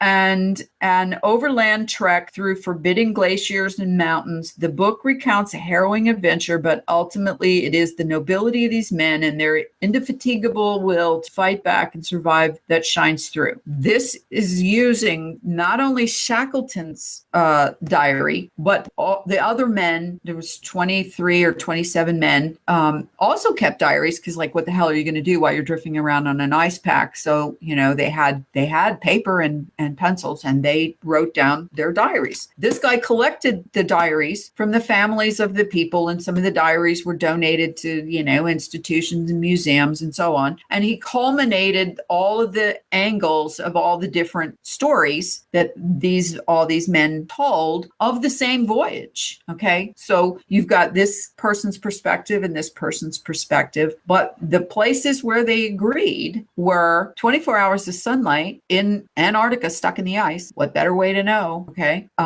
And also the fact that one night they were adrift on an ice pack, not in a ship, not in boats. And the sky was clear, and the purser, whoever the guy is that takes the sextant and finds their location based on the stars, knew exactly where they were. They had a map, and they knew exactly where they were. And the next morning they woke up and they were hundreds of miles back where they started, with the flow going the opposite way. So in other words, Pac-Man.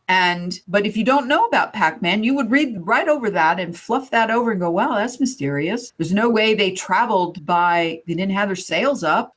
It goes on and on. But until you actually read accounts of real diaries, instead of repeating dogma that somebody else told you that's mythological, how would you ever know? know the truth versus the fact versus fiction. So this is it's not verifying something I already believe. I believed the way you did. I believed in that whole Cook thing too. I remember when I first became a flat earther, I was posting Cook's journeys and talking about the diaries and all of that stuff and the ice wall and the dome and everything else, until all of a sudden I really started to question Lawrence and I both. That was the thing that brought us together, was we started to question Robotham in general and Robotham's model, and then the Gleason map, and then down the road we went. So yes, it's hundreds of hours of videos that we have under our belt. Do we expect anybody to listen to them? Well, let me give you some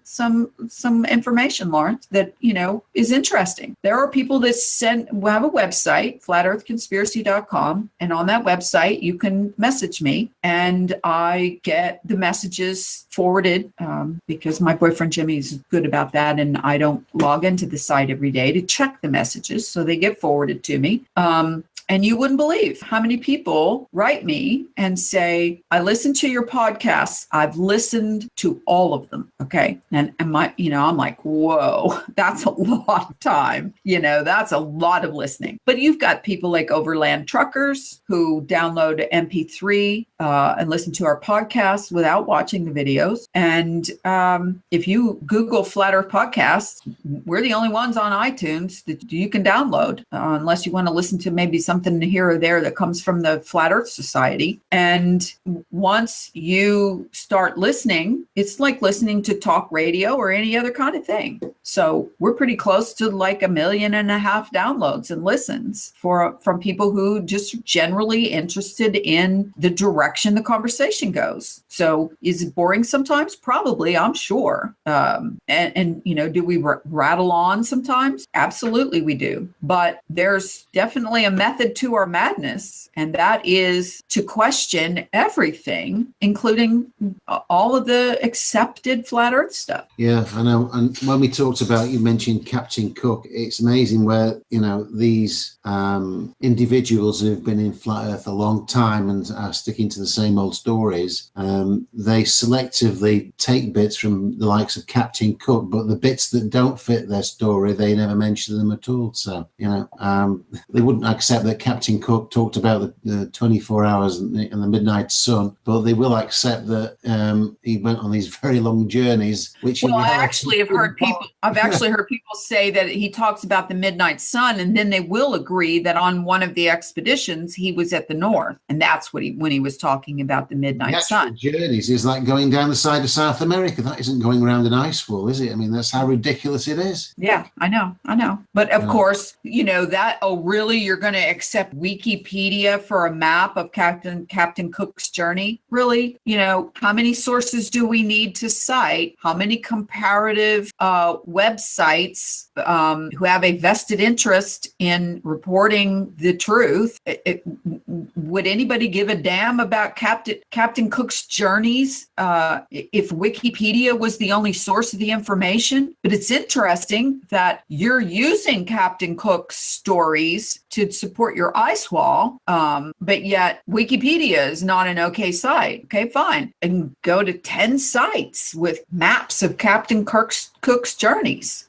Are all of those not okay too, because they all report the same thing? Because they're all reporting the same thing. So is it all wrong? Well, then if it's all wrong, then why are you using them to support your ice wall for? You see the logic here? It's not working. They won't use that kind of logic because it doesn't fit their story. Well, I mean, it's an if then, that's all. If you're going to use Captain Cook, then you have to accept everything he said. Or if he said something erroneous that he witnessed, then find somebody who counters what he said and decide which one of these two people you believe. Yeah. I mean, I'm sorry, but if let's just extrapolate on that for a second. minute, okay? Somebody's on trial for murdering someone, okay? And they're going to get the death penalty if they're found guilty. And there is all kinds of circumstantial evidence that says that this person did this, okay? But there's missing evidence that is possible proof that he did not do it, but that evidence is not on the table. Now we bring in eyewitness testimony, all right? And me and Lawrence are the eyewitnesses. Now, Lawrence wasn't even there,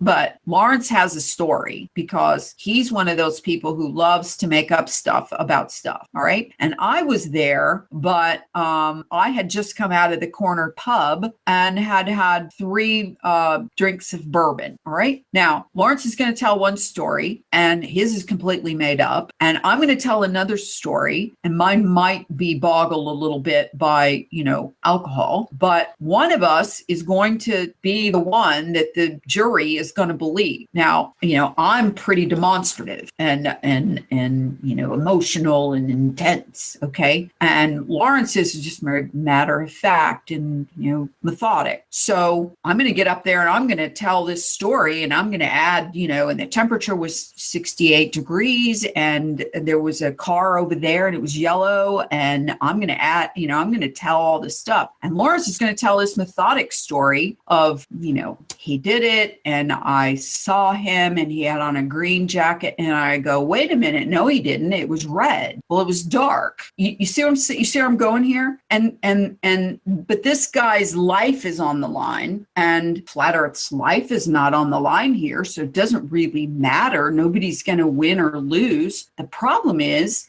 that we've invested, all of us who are flat earthers, we've invested our reputation, our, place in our families, in our friends, our Facebook pages. We've posted about flat earth. Are kind of, sort of, your life is on the line, because at some point this is either going to come out to be true or it's going to be debunked. If my life is on the line and I'm at the mercy of the debunkers, then I'm going to make damn sure that they don't catch me at believing anything that I haven't already looked into and thought through and investigated. Okay. Because I could go, to figurative jail if I'm wrong. And here's all these people out there who listen to other people's version of the story, and they, oh yeah, that sounds really good, I believe them, versus believing you, even though they have no evidence whatsoever, or their evidence is completely made up and repeated. You see where I'm going? I mean,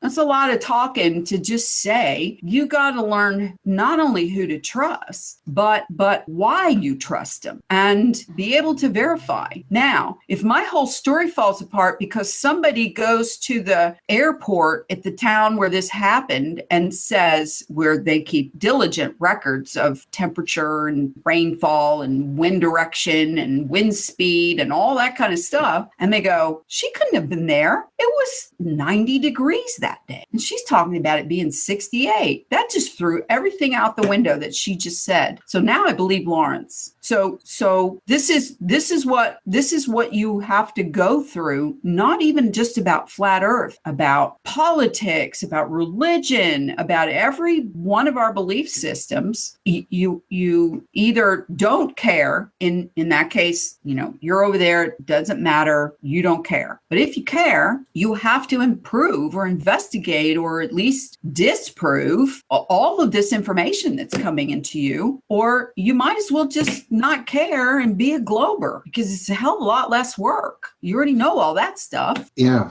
So that's Laurie, my I'm rant. going to tell people a little story now. Okay. I don't know that I've told this one to you, but it's to do with temperature, really. I mean, I was on my holidays, and on the beach, it was quite cool because there was a lovely breeze, and the temperature, if you looked on the website, it would say the temperature was about 27, 28 degrees C. But back at the hotel, we've got a balcony, and the temperature there reminded me of a time that I was on holiday quite close to where you are. I'd gone to Florida with my kids for a couple of weeks. And anyways, this was just after 9/11, and plane came in, and it took a good hour to get through customs and the American customs was really like the Gestapo. They were doing me a big favour letting me come there for a holiday, and I was pretty tired anyway because it was about a 10-hour flight, and I'd booked a car to go about Florida. I'd booked a hotel on International Drive, nothing fancy or anything,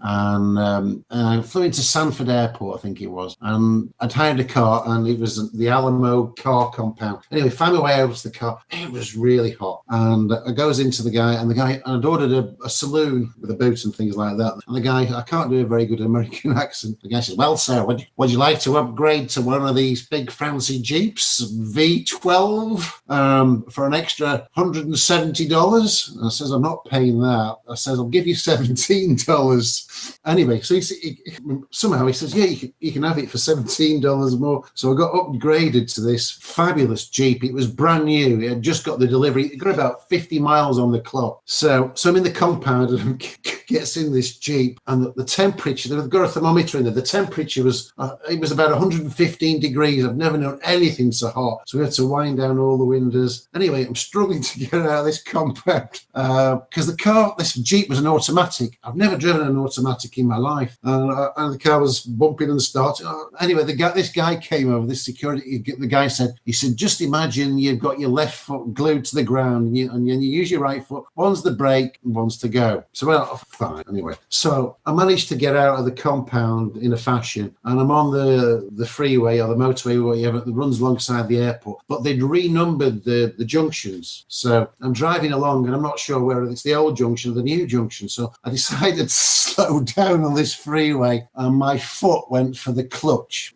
Which is what you have with a British car. We do have a few automatics over here, but most of them are a gear stick and a clutch. And my foot went down on the brake, and I was going at 70 miles an hour. It's the fastest I've ever stopped in my life. I went from 70 to 0 in about 2 seconds. And my heart stopped. I looked into the wing mirror, and I thought something's going to hit the back of me. This car had got the brakes like a Formula One car. It stopped on a sixpence in about 2. So went from 70 to 0 in about 2 seconds. Looked into the back of into the mirror. Bam! This big white Lincoln Continental taxi smashed into the back of this Jeep that I was driving, this big, huge Jeep, and there was wreckage all over the freeway. It wrote off the front end of this Lincoln. Oh, my God. Everywhere. And the driver of it was a woman. She probably must have thought she'd fallen asleep. One minute she's driving along, and the next minute a car's in bits all over the motorway. Anyway, they got the car off. So they came and towed it all off onto this grassy bank, and along comes the police. And he goes, "Well, sir, what exactly happened here?" So I said, "Well, I slowed down a little bit,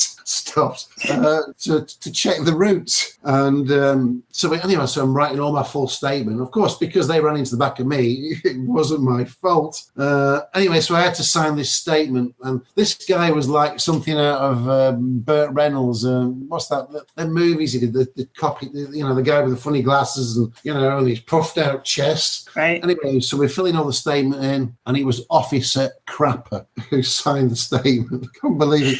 Officer What are the Crapper. chances? Anyway, so the guy said, yes, sir, we've had a lot of trouble with that taxi company. They're a bunch of hillbillies, and we've had a lot of trouble with them. And so a new taxi came along, and all these passengers the boot of the car was okay because it was the front end that got written away. So they transferred all the suitcases into the boot of a replacement taxi, and then the taxi reversed into a lamppost and smashed the back end of the car in. And I'm leaning over the chatting away to this police officer, and he was just telling me what a bunch of hillbillies they were. "What did I tell you?" he said.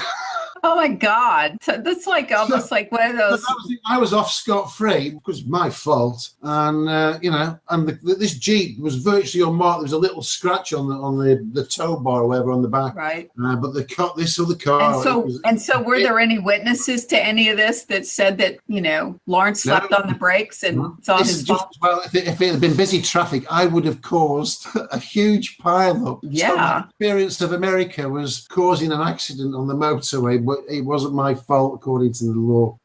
Wild story. And it was Officer Crapper, you know. Now we can go down in history as being making videos where we just talk about stuff. See, you just did it, Lawrence. You know, I did the experiment on the jam. Yeah. Well, is that still going? As Lawrence walks away suddenly after his motor car freeway story, he goes to get his jam, leaving me sitting here.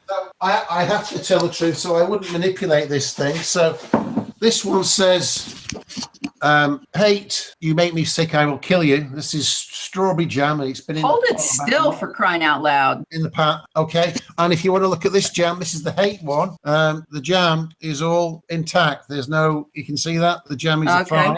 All right. And the love one, which says love, gratitude, and thank you.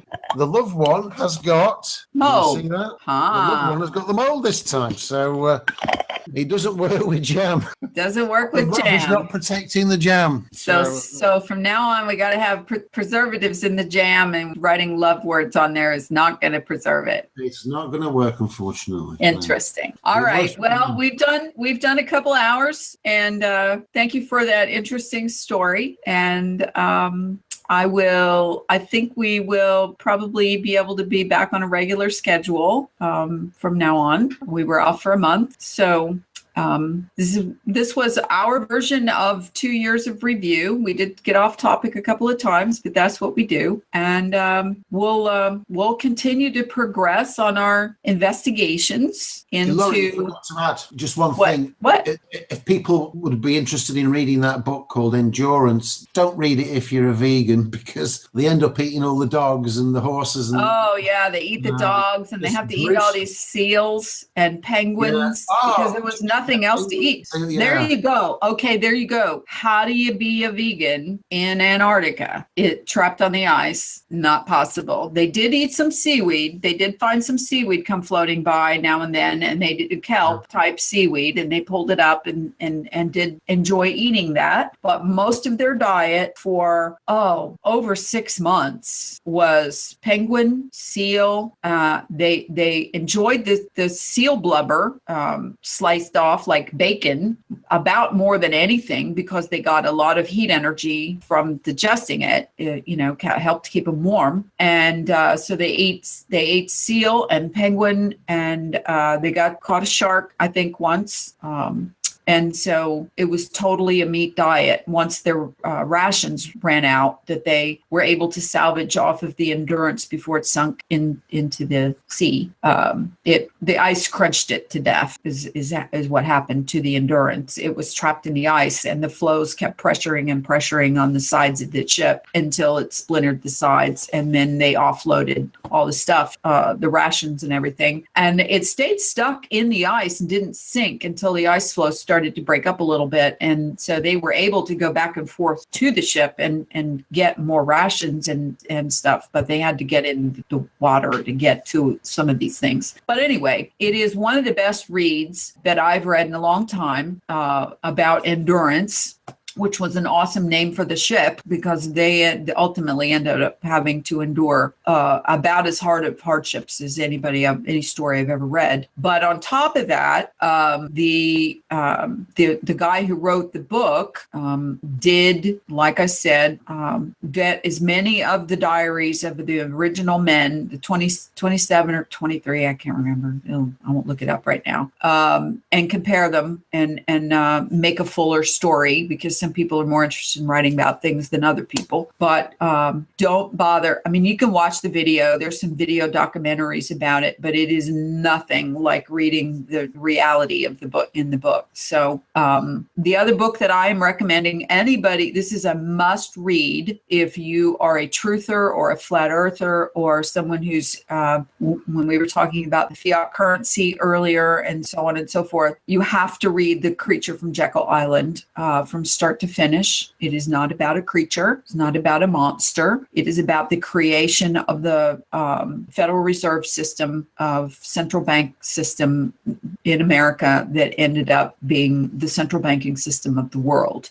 There's only a few countries left on earth that do not have central banks, and those are all the ones that we're constantly hearing about America going to war with, like North Korea and Syria and Iran, Cuba. So please download it in PDF form and read it, and you will be as wide awake about the control system of the world based on the monetary system, and you will understand more about why we're talking about gold earlier. And once you read it, you can't go back. It's kind of like becoming a flat earther. Once you understand how fiat currency works and the Federal Reserve System and the debt structure that we're all in based on fake money, then you will never come back from that. And it is the biggest wake-up call anyone can have. So with that, I've enjoyed our conversation, Lawrence, as always, and we'll be back next week. We have been doing these podcasts, the last couple of ones. We've just been recording them and then uploading them and making them public on the channel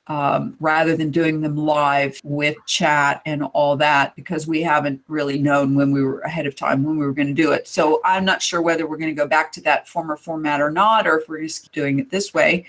We do get less views on YouTube, but so is everybody else right now in Flat Earth. All the views are going down, but most of our listeners are podcast listeners. So shout out to you guys. Okay, that's all I have, Lawrence.